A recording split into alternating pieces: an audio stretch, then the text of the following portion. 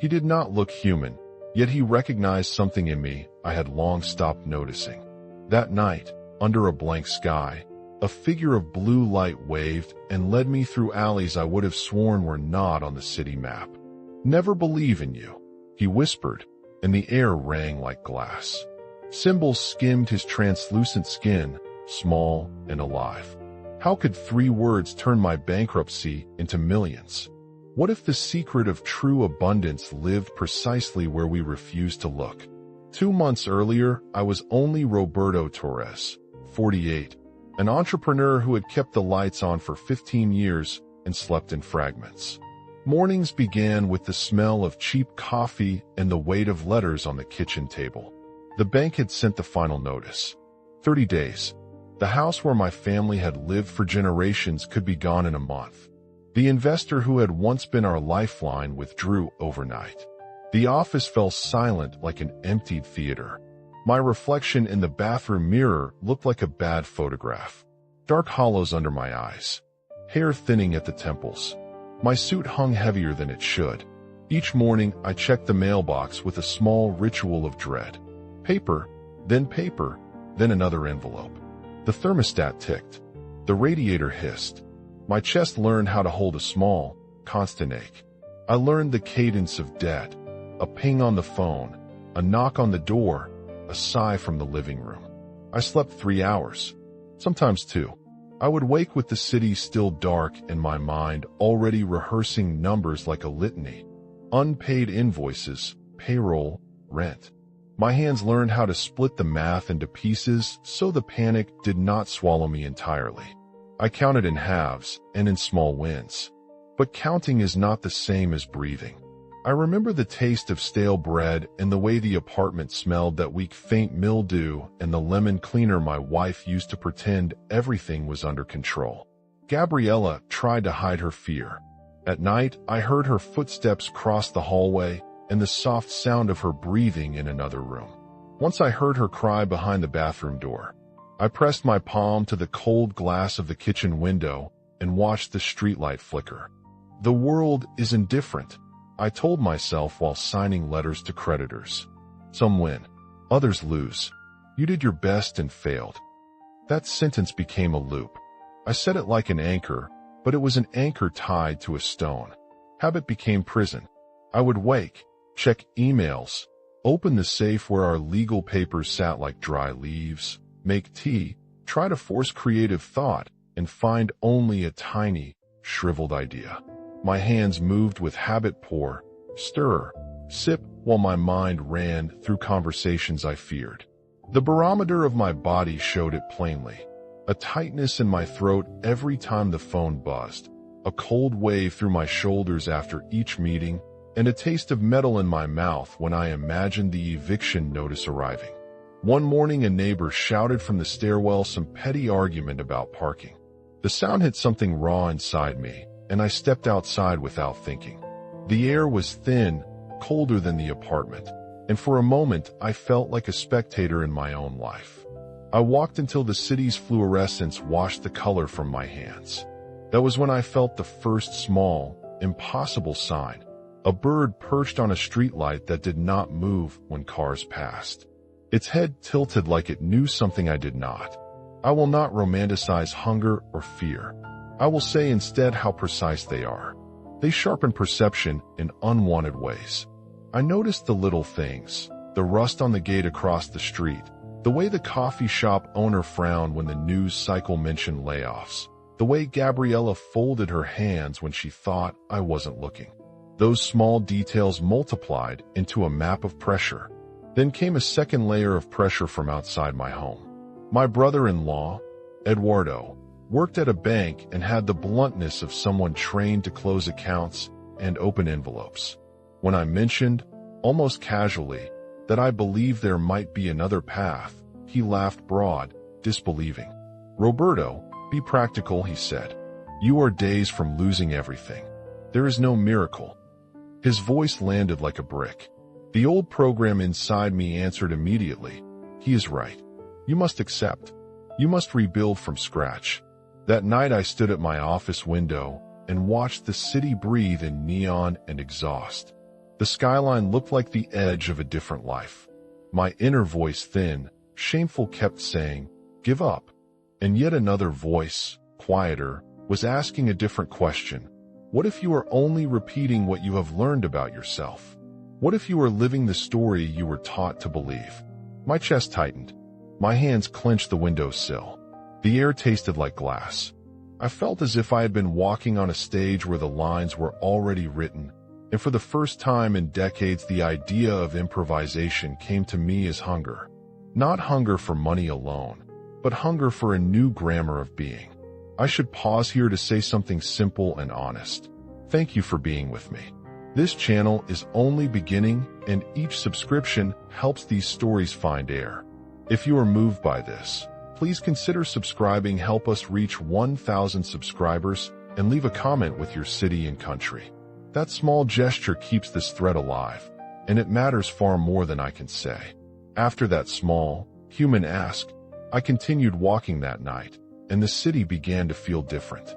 It was quieter in some alleys, as if it were listening. I noticed the hum between the buildings, the sound of air conditioning systems, and distant conversation falling into a single long note. It felt like a prelude. I was skeptical by training and by habit. I had built software platforms, run teams, negotiated term sheets. My life was an architecture of cause and effect. Yet something in me was cracking. That crack allowed curiosity to leak through. I started to test small things, not finances, not grand wishes, but tiny experiments. I would stand in my kitchen and say out loud to myself, "I am not the man I fear." Then I would note the immediate, tiny change. A muscle unclench, a breath lengthen, a sense that something had shifted. These were not miracles. They were small gestures of reclaiming ground. Loop, I say the words and my shoulders drop. I say the words and my chest expands. I say the words and I make room. One evening, shoulders sore and head heavy, I left the office to clear my mind. The streets were near empty. The light over the train station flickered. I had no plan other than to walk until my legs forgot the argument in my head. It was then I noticed the air change, like the moment before a storm, when the city seems to pause its breath. The hairs on my arms rose.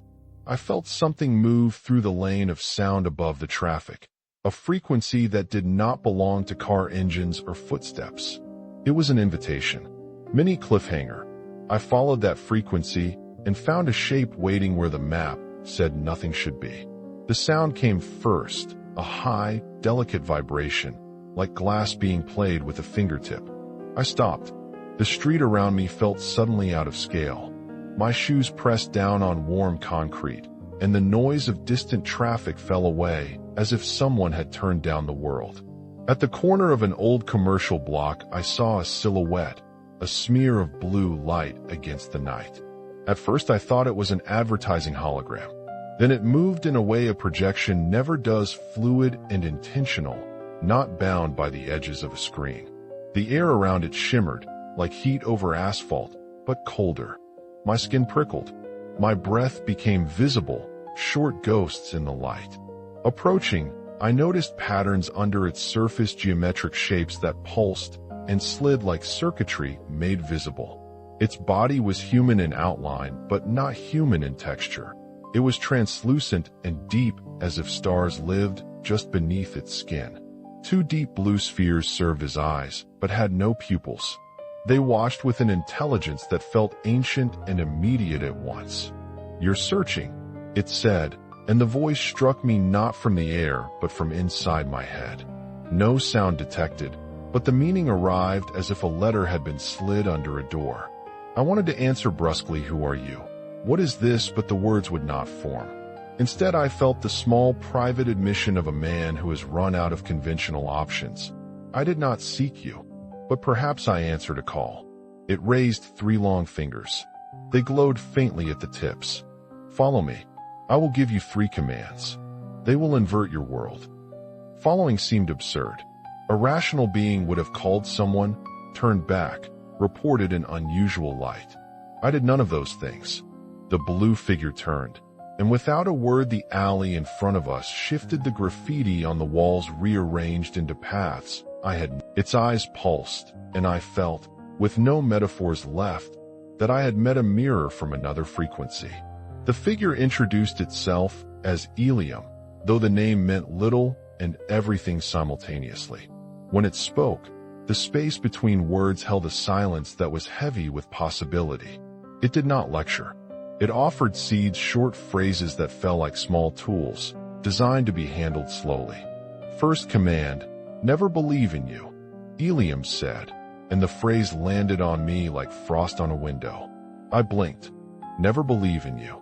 I echoed, the words tasting wrong and right at once.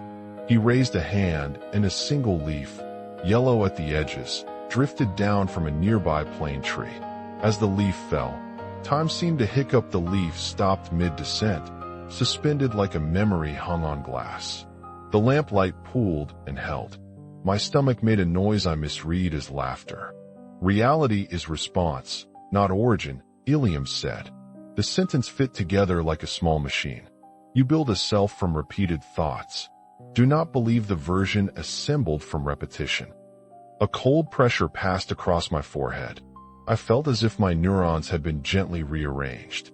The leaf spun slowly, tiny grooves appearing on its surface, then dissolving. I became aware of my own breath in a new way, not a reaction to fear, but a tool of attention. I tried to translate immediately, using the language of my old life. So if I stop believing in myself, I won't leave the house. I won't pay the bills. The old program was loud and embarrassed. You never believed in that, you, Helium said. You believed in the story repeated until it hurt. When you stop agreeing with that narration, the space opens. I sat on a bench and rubbed my thighs as if to convince myself I was still present. The square smelled of wet stone and oil from a nearby mechanic. A bus hissed in the distance, and the sound bent as if around a corner of possibility. I felt the cell in my chest that had been lodged there for months begin to unclench. Helium did not insist I accept anything. Instead, he asked small things of me. To practice a phrase silently, to hold it until it felt not like an idea, but like a muscle. Sit, he said. Repeat, never believe in you. I am the creator, not the created. Obedience felt ridiculous. My mind supplied 1,000 rules about what was responsible. I sat anyway and repeated the sentence in my head. It felt like a foreign language at first. Then the syllables warmed, and something inside me recognized its cadence. Loop of affirmation. I say the phrase and my shoulders lower. I say the phrase and my hands are steady. I say the phrase and a quiet choice wakes. Helium instructed me to visualize something small that could happen in the next day, a test of the mechanism, not a lottery ticket. I picked a detail from my past life. An old friend from university I had not spoken to in 15 years. The kind of detail that is intimate but not life-changing. Do not force it, Helium said. Know it is already true somewhere. Your task is to remember. I practiced until the words stopped being ridiculous. Then I slept badly, but with a curious lightness. The next morning the phone rang with a number I did not recognize. On the other end was a voice I had not heard in a decade, Marcos Navarro. He had dreamt of me and felt an odd, strong pull to call. He was in town for a conference. He wanted to reconnect. The coincidence could have been explained away by probability. My rational mind offered plenty of explanations. But my body knew the difference between a trick and a hinge. Something had loosened. I felt both foolish and electric. Helium watched me with a patience that did not look like judgment. You will doubt, he said. Doubt is not the enemy. Doubt is a sign you are bridging two worlds. Keep walking. As we stood in that impossible square, the street sounds resumed their ordinary roles. A scooter, a distant radio, a dog barking. Helium's form softened as if the city were making room. He did not vanish so much as expand outward, particles of blue light drifting upward like dust. Mini cliffhanger. Helium promised 2 more commands. Each one, he said, would shift a different hinge inside me. The next would change the way I acted in the world, not only how I thought. The square smelled of wet stone and old oil. A single lamp threw a cone of yellow that trembled when a truck passed.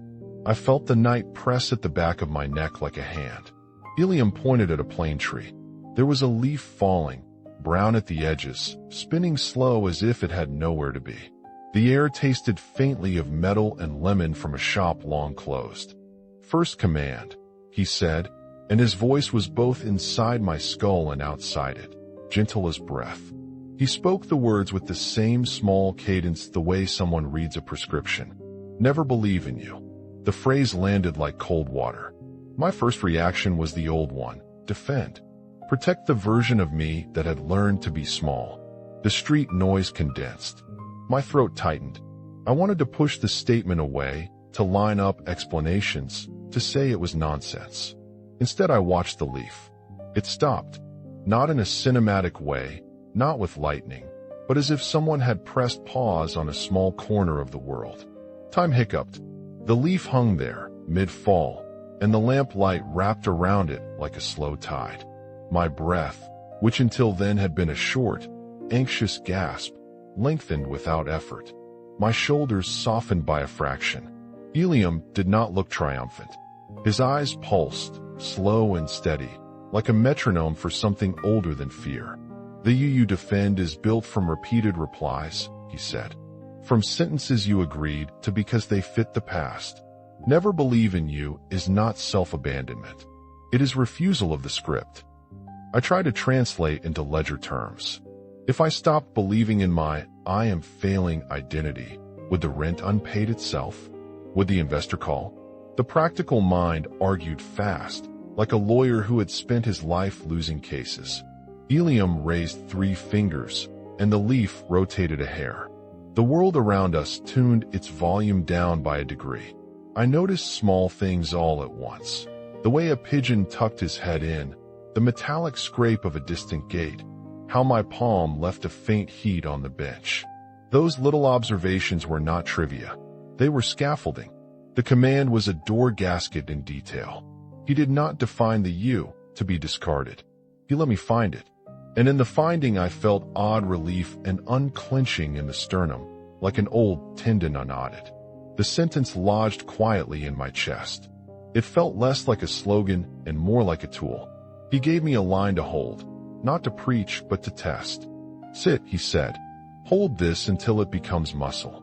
Repeat, never believe in you. I am the maker, not the made." I thought it absurd. I thought it childish. I sat anyway because a man who has watched his world thin wants any method to widen it. I said the phrase in my head, slow, tasting each consonant. The words felt foreign. They also felt like a lever placed under a heavy rock. A small doubt surfaced immediately in my mind, reminding me of cold calculators, coincidence, stress, sleep deprivation. Doubt arrived like a neighbor knocking for sugar.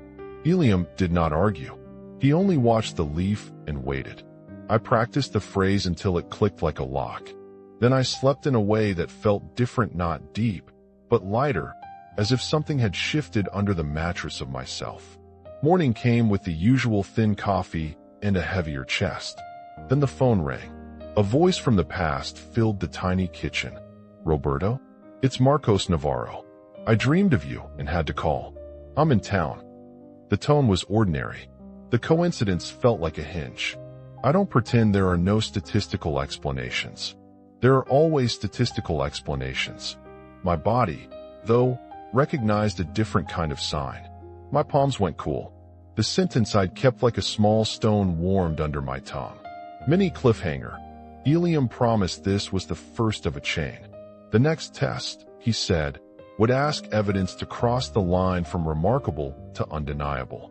He asked for a simple test, not a lottery ticket, not a miracle billboard.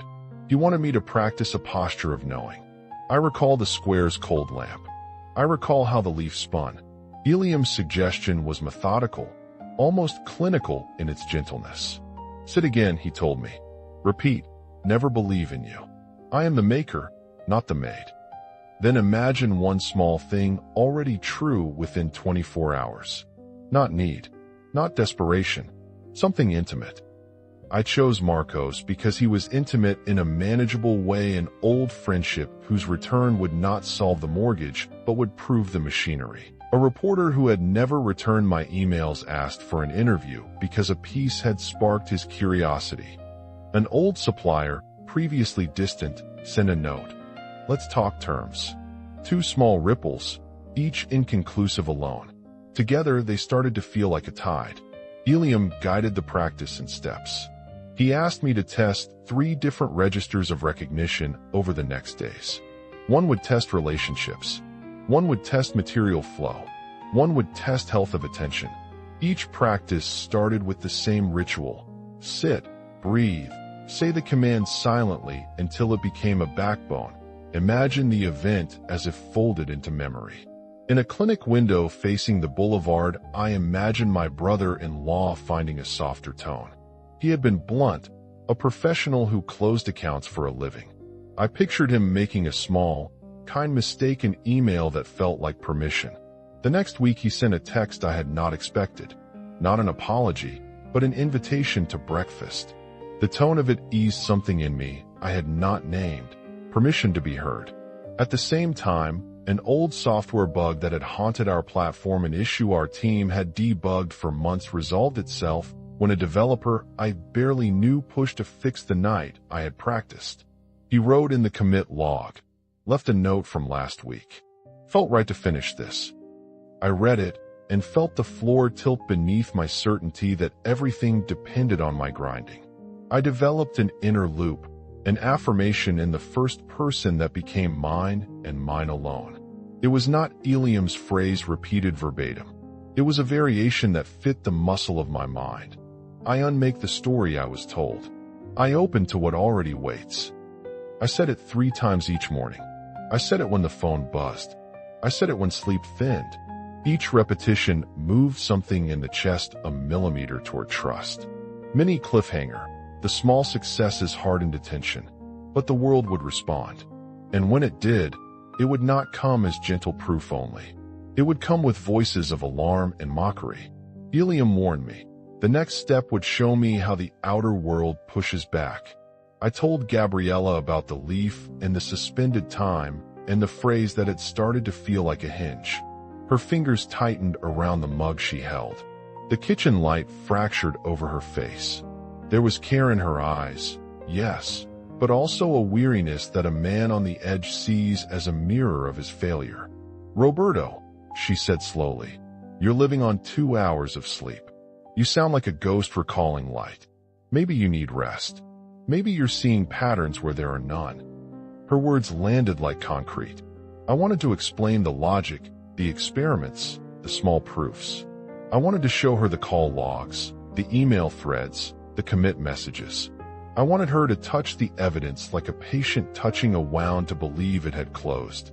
Instead, I heard the old narrative rethread, embarrassed, needy, inconsistent. Her fear for me was love, but it was also a pressure bearing down on the new thing I was learning. My brother-in-law Eduardo did not offer tenderness. He offered practical dismissal. In the bank's tone, he laughed. Roberto, there is no magic. You are days from losing everything. Focus on contingency plans. The laughter tasted like asphalt. His voice was the world that counts time by calendars and not by suspended leaves. It posed a test I had not chosen. How to hold the inner knowing while the outer world applies its usual measures. I nearly folded. Habit is a clever trap. When the noise outside grows, the old self is quick to believe its script. I felt the tug go back to spreadsheets, to pen and note, to stoic acceptance. That would be safe. It would be small, but safe. Late that night, I stood by the office window with my hand on cold glass. The city hummed. The radiator clicked. My breath left a faint cloud on the pane. I felt the 2 pulls inside me like 2 tides. One wanted to bow to consensus. The other wanted to test further. Then Eliam's first command returned like a bell. Never believe in you. The sentence arrived stripped of drama. This time I heard the clarifying edge. Disbelieve the part of me that gives power to fear. Disbelieve the internal judge that measures limit and declares a verdict. I tried a small experiment of my own. Not to prove anything to Eduardo, not to argue with Gabriella, but to calibrate my attention. I told myself, if the you that doubts is not me, I can hold steadier. I wrote a note and left it on the table. I adopt the posture of recognition for one day. I observe. The act of writing and leaving the paper felt like a physical covenant. That next morning, a small miracle of protocol occurred. A lawyer who had been slow to respond moved faster than habit. A potential client asked for an urgent pitch. Money did not rain down. The phone did not grow a money tree. But the pattern had shifted. The world showed up with the same practicality as always, but the edges were kinder. I learned an important detail in those days. Resistance often comes not as denial only, but as concern masquerading as reason. Gabriella's worry was a call to care, not a condemnation. Eduardo's bluntness was an instrument, like all instruments useful if you know its measure. I had to learn to separate the source of a statement from its content, to accept what was useful and discard what tightened the cage. I practiced the phrase in public, quietly, like a prayer that is also a lever. I unmake the story I was told. I whispered at a train platform and felt the tilt of the carriage beneath my feet. I opened to what already waits. I repeated at my desk when an email arrived. Each time, the muscle strengthened. Loop, I say the phrase and my shoulders ease. I say the phrase and my attention widens. I say the phrase and a choice becomes clear. Mini cliffhanger. My private experiments were accumulating. Yet the real test was ahead. The second command Eliam had promised would have to be applied not to images or friends, but to the shape of cause and effect itself. If I succeeded, the stakes would be much higher. The last 72 hours felt like a small geology of the soul, pressure building, tiny shifts, then the slow, quiet cracking that lets light through. I remember the office as if it were a body, the desk a stern rib, the window a thin skin of glass that kept the city noise at bay. It was cold in there, the kind of cold that tightens the throat. My breath fogged the glass. The radiator ticked a small, tired code. I sat at the desk and let the room be as it was. No grand ritual, just the chair beneath me, the weight of my hands, the pulse at my temples. I inhaled deliberately. 3 counts in, 6 out. I put my palms flat on the desk and said silently, not as prayer, but as an instruction, I recognized the solution that already is. The phrase hovered in my skull like a low bell. It was not asking anything. It was a posture. I kept it steady until my shoulders stopped hunching by habit and the chest loosened like a knot learning to unwind. There was a particular softness that came when I stopped trying to push the future into place. My teeth unclenched. The air in the office, which had felt heavy like a lid, thinned. I practiced for an hour, alternating the phrase with breath and a small physical anchor. I tapped the table twice, slow, as if marking a heartbeat. Each tap was a small covenant with myself. Notice, not force. Witness, not manufacture. The next morning the phone buzzed. It was a number with an international code, the digits flat and unfamiliar. I answered because my hand moved before my caution did. The voice on the other end was deliberate, polite, and Spanish. Roberto, he said. The world narrowed to that syllable. Victor Hernandez. The man who had been curious months earlier was curious again. He spoke of meetings, of revisions, of seeing new potential. His tone carried the weight of a person who had slept on a problem and woken to an answer. He proposed terms and asked if I could meet that afternoon. I felt the floor tilt in a way that was neither dizzy nor frightened, more like the attentive lean of someone who recognizes a rare bridge. The office sounded different. My pen on paper made a clear sound, as if the air had been cleared of static. I dressed with a slowness that felt ceremonial. Fabric slid over my skin, and I found my posture straightened of its own accord. The city outside was gray and efficient. Inside me, something had shifted from panic into a measured readiness.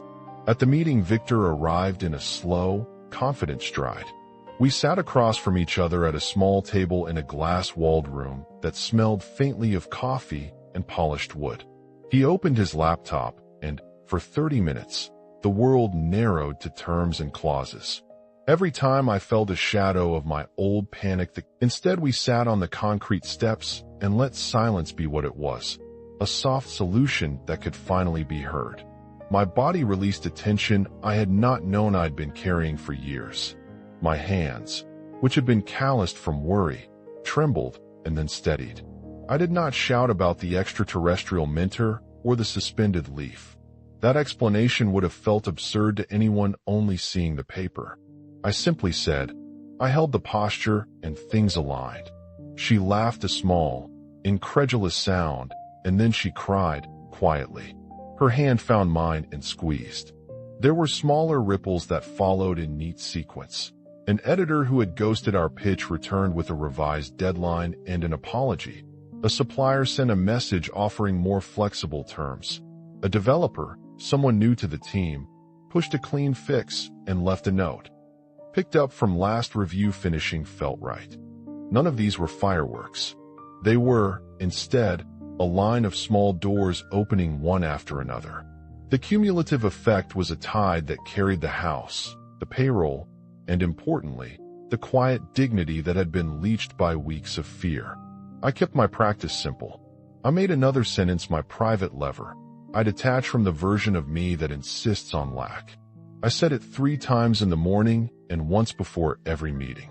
It became a ritual that reshaped my behavior without theatrics. In a pitch, I found myself listening with the calm of someone who does not have to prove anything. An investor's question that would have previously sent me into staccato defense now met my steady breath. The answer I offered was clear because it was not trying to salvage my identity, it was offering service.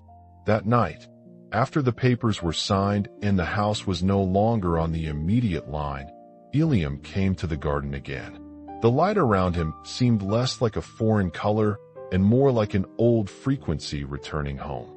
He stood by the orange tree, his presence a cool shade against the night. I walked to him with the residual echo of the day in my bones. You begin to understand, he said. His voice felt like a recorded message I'd been carrying inside me, finally unspooled. He did not elaborate then. There was a hush, a gap filled with the scent of citrus and the slow, sure breathing of the house. I felt the stakes increase by a degree I could not yet name, as if the proofs I had gotten were only the warm-up for a deeper rearrangement. The real test, he hinted without saying, would ask more of me than contracts and clear debts. It would touch the bones of how I move through cause and effect itself. And I knew, in that place of quiet clarity, that the next instruction would not be gentle. Mini cliffhanger. The third command was waiting, and it would ask me to change the very way I lived in my head. When Ilium held the third command, his eyes were like 2 slow moons. He said it softly, so the night could hold it without collapsing. You are the observer, not the thought. The sentence arrived with an immediacy that made the blood at the base of my skull loosen. I felt, in an instant, the scaffolding of my identity tremble. The preparation was modest. We sat on the grass. The air tasted of earth and orange peel. I felt the cool moisture on my fingertips and the hum of distant traffic as if it were a single low string. He asked me to notice the thoughts as if they were leaves floating on a black river. I closed my eyes and, guided by him, I watched the thought forms drift. They had color and texture. Some were sharp like folded paper, others were soft like wool. They passed. I did not have to edit them. The role I was asked to take was not to clean the river, but to stand on the bank and be aware of what moved past. The sensation was both clinical and intimate. My chest became a wide room. My attention, long used to latching, learned to hover. I said to myself, slowly and with the weight of a new tool, I witness, I am not taken. I repeated it until the rhythm felt like settling a coin into a pocket. That sentence, small, mechanical, practical, did something to the body. The jaw unclenched, the eyes softened, the shoulders found a neutral line. Ilium then gave me an operational map. He did not teach metaphors, he taught practices. He said, Mark the thought without marrying it. Name it and let it go. When anxiety appears, feel it as a weather pattern, not a decree. He instructed a brief breath technique. Inhale for 3, hold for 1, exhale for 7. The long exhale functioned like a break. He told me to practice it when the phone buzzed, in traffic, before I opened an email that could destabilize me. He added a small speech to be used at the outer edge the moment of social testing. I see this thought, I don't live it. Say it under your breath, and the world will feel the assertive softness of a person who does not collapse at the first storm. I tried it at once. That afternoon, in a meeting where a partner pushed for immediate returns and my old narrative of scarcity blinked into view, I breathed the 3-7 cycle and said the line in my head. The urge to argue retreated like a tide finding its natural curve. My voice stayed steady. The partner noticed. He nodded. Later he told me, "You were different today."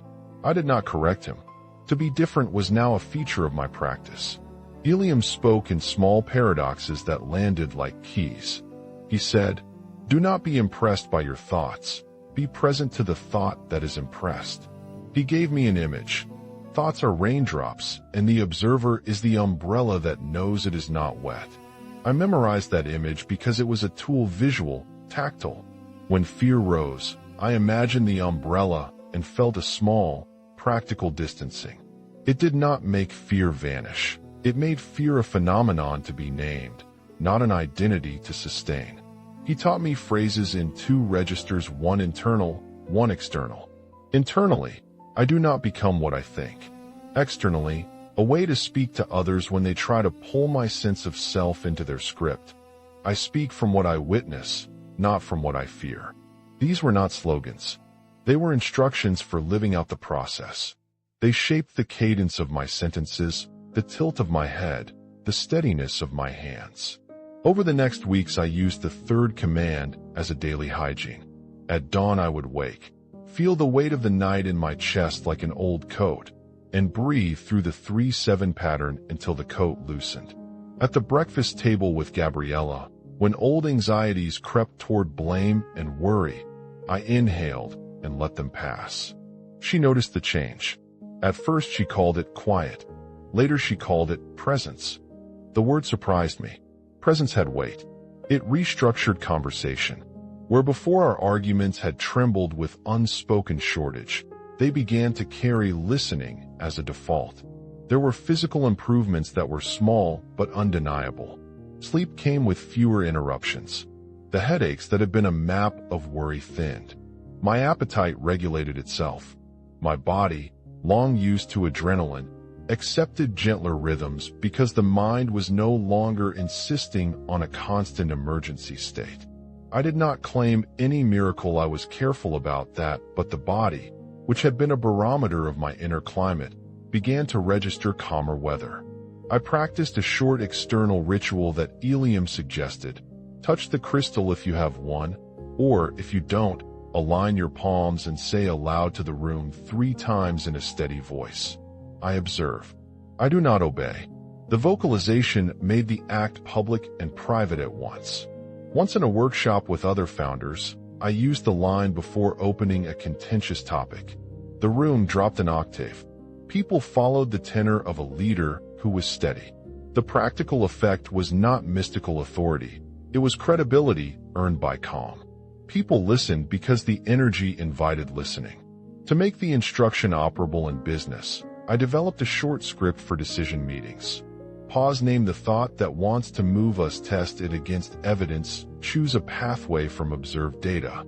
This translated the inner work into a governance mechanism. It prevented panic-driven pivots. It kept the ship on a course that was responsive, not reactive. There were moments when the old identity fought back. A journalist wrote a piece that framed my story as quixotic. A cousin mocked my new language at a family dinner. Each time the old reflex, the need to defend, to prove, rose like a shadow. I would feel the pit of my stomach tighten, the breath pull short. Then I would return to the umbrella image, breathe the long exhale, and say inside, plainly, I witness, I am not taken. The shadow did not dissolve, but it no longer determined strategy. Eliam's teachings were neither sentimental nor dogmatic.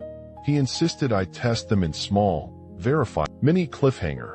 Eliam's form thinned as if preparing to leave. He would give me a symbol, something to anchor the work, and tell me why the choosing mattered more than the choosing's outcome. He lifted his hand, and a small blue crystal appeared in his palm, as if it had been folded from the air itself. It glowed from within with an inner cadence, like a heartbeat made of light. He did not call it a talisman. He said, simply, "This is a reminder, not a cause. The work remains yours." When I took the crystal, it was warmer than I expected. It fit into the hollow of my hand like an answer. The sensation that ran through my body was not supernatural.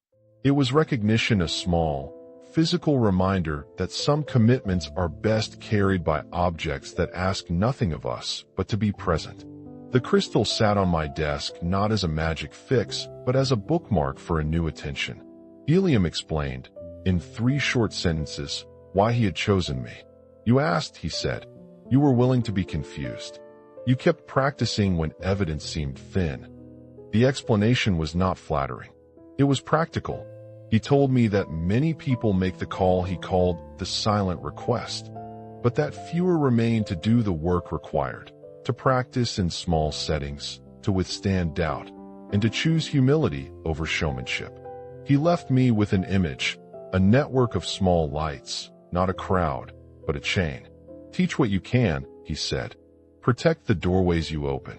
In the months that followed, life altered in visible and invisible ways. The immediate pressure of eviction evaporated.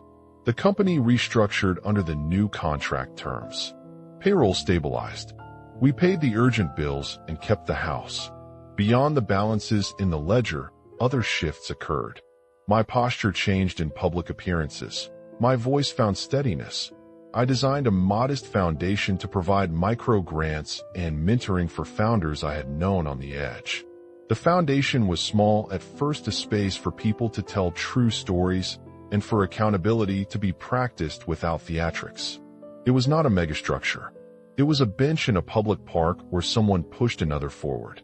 Gabriella, who had held worry like a private, folding map, became my closest partner in the work. She did not become a zealot. She became a witness and, more importantly, a guardrail. When my old habits reappeared, when ambition leaned toward proving rather than serving, she would ask, simply, "Whose voice are you trying to please?" The question did something precise. It brought me back to the bank of the river where the umbrella waited. My brother-in-law, Eduardo, softened in ways I had not expected.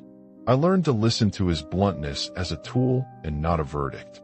He attended one of the foundation's small workshops and afterwards told me, in the direct manner of someone in banking, that he respected the discipline of the process.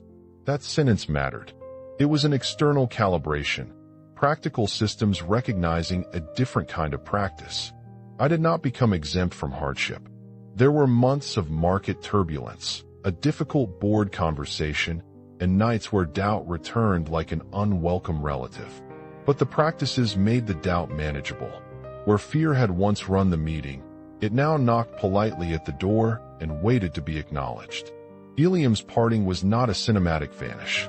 He walked at dawn into a thin strip of light and dissolved like breath on a cold morning.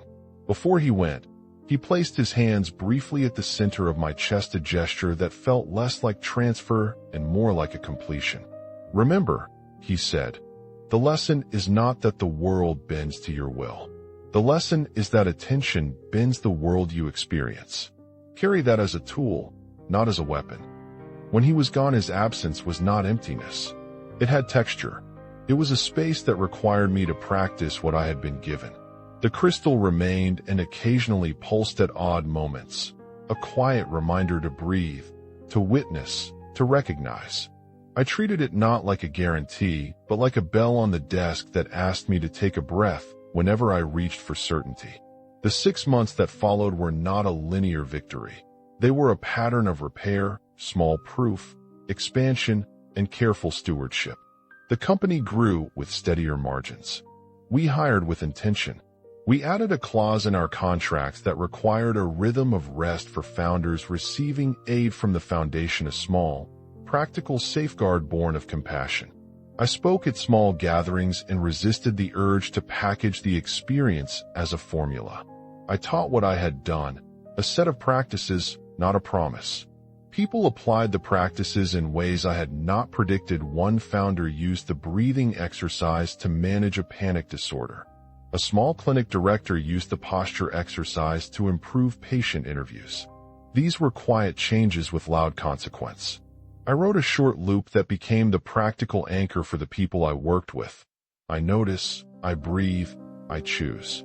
It echoed my earlier lines, but was stripped of campaign language. It fit in the palm like a coin. I taught it to teams and to my children. They learned that language as a short circuit between panic and action. I was careful to code in warnings. I insisted that people consult professionals for medical or psychiatric issues and that these practices were not cures. I watched the line between empowerment and overreach closely. Power without humility is a brittle thing. I had been given a ladder. I refused to sell it as a highway. In private, often late, I would hold the crystal and revisit the first night in the square where the leaf suspended. The memory had softened into an archway rather than a signpost. I understood now what Eliam had meant when he said the invitation was to remember, not to be saved. The teachings were an orientation, not an escape. On the day I officially launched the Foundation's pilot program, friends and strangers gathered. The air smelled like rain. Gabriella stood on the stage beside me and squeezed my hand in a way that said more than applause ever could. I felt the domestic and the public braided together, the kitchen and the square and the boardroom, all part of the same house. At the end, an elderly woman with steady hands approached and said, with ordinary tenderness, "You look different." There's a calm.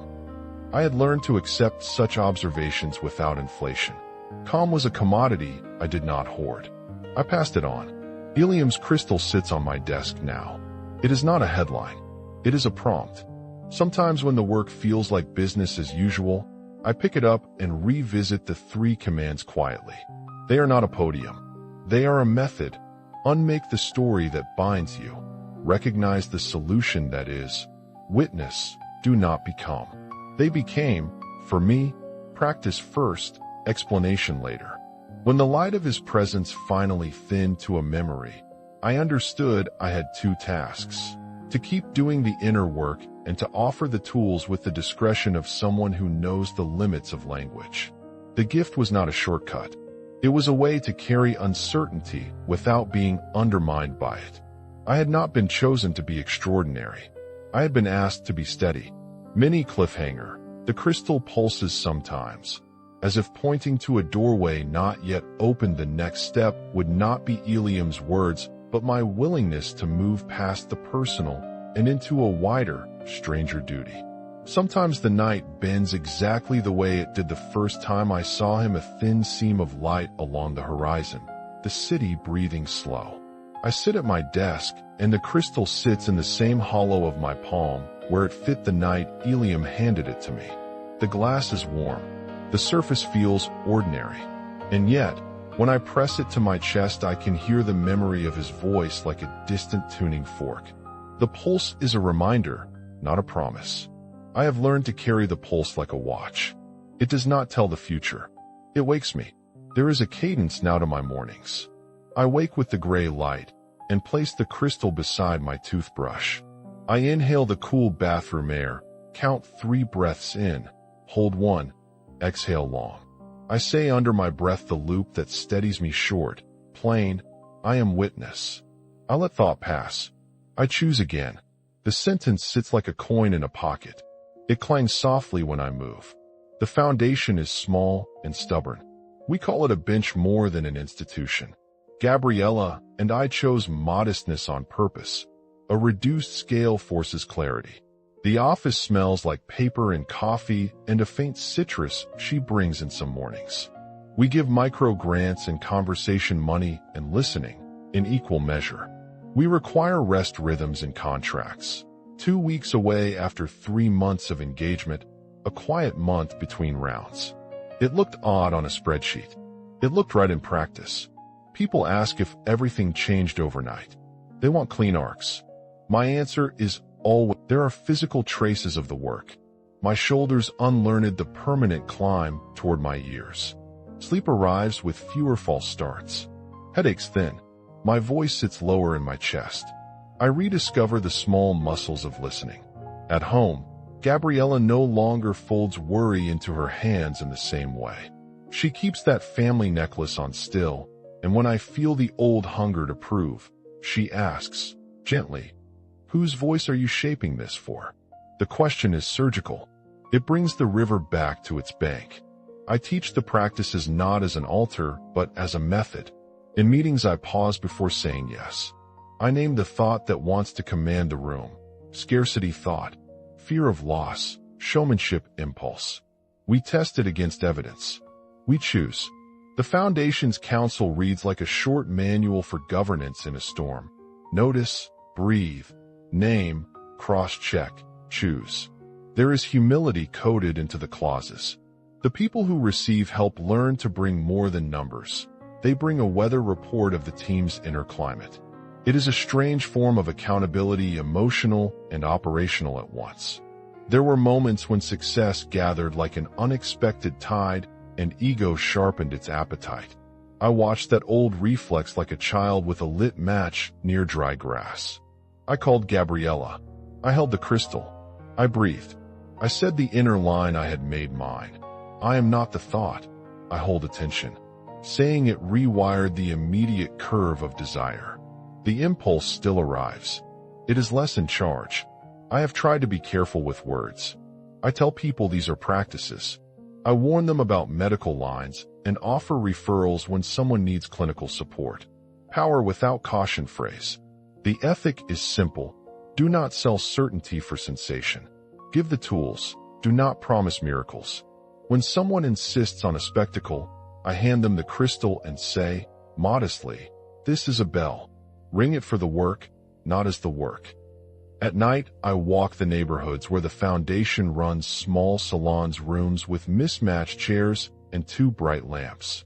I like to sit in the back and breath with whoever shows up. One woman came in shaking, a clinic director who could not make staff meetings land without grief. She learned to place a hand on her sternum and say, under her breath, I witness, I do not become. A month later, patient satisfaction rose. The director told me quietly that the tone of their meetings had changed. Small changes ripple. There are losses that did not evaporate. Market shifts still happen. People still disappoint. The test was never to become impermeable. The test was to keep the work when the evidence is thin. That is the harder ledger. I hold the crystal, and sometimes it blinks almost like a question.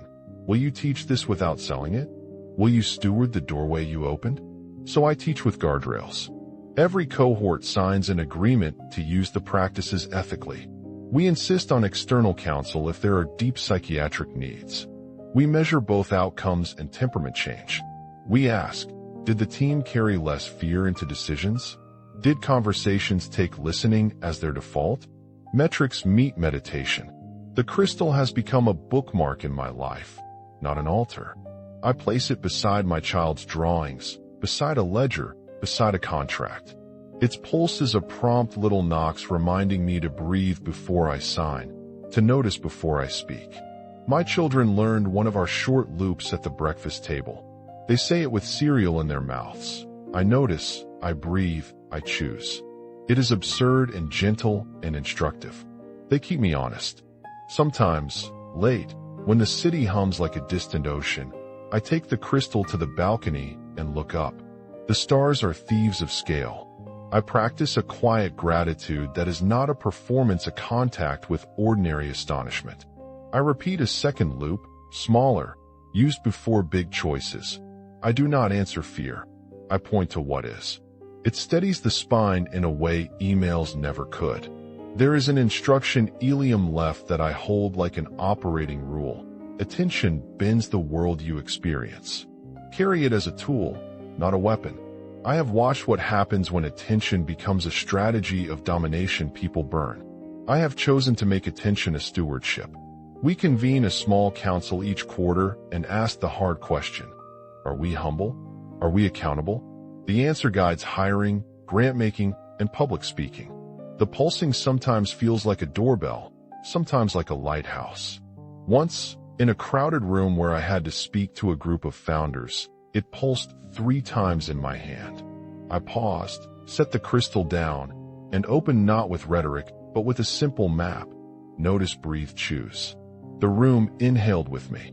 The speech that could have been a sermon became a workshop. People stayed afterward and told me it felt useful. That was the real reward. At the edge of the work, there is an odd responsibility to offer the map without trampling the mystery. I have had offers to package the practices into products, to franchise the method. I refused, not out of pride, but out of caution. The practices are not scalable by design. They are adoptable. They require space to be practiced honestly. 100,000 downloads will not mean 100,000 transformations without the slow work of living them. I still find myself at times standing by the room where Ilium once stood in my memory. The night I first learned the commands is no longer a singularity. It is a hinge. The crystal pulses, and I feel the responsibility to teach the hinge to hand people a way to return to the bank of their river. Sometimes the pulse seems to point forward, toward a larger duty I have not yet named. Before I close, and I do this because I want to leave something you can take into your life right now, I will lead a minute. Sit. Find your breath. Let your shoulders soften. Inhale for 3. Hold 1. Exhale long. Put your hand on your chest if it feels right. Say to yourself, slowly, 2 times, I observe, I do not obey. Then say, 2 times more, I meet what is, I move with clarity. Let the rhythm land. When you have done that, notice what shifts in your body. Notice what voice inside you lowered. Keep that practice in the pocket of your day. Make it brief. Make it honest.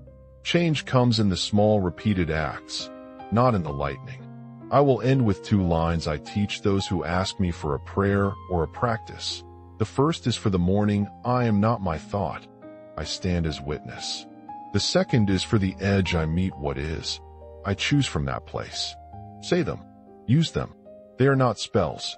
They are anchors. And the question I leave like a door cracked open.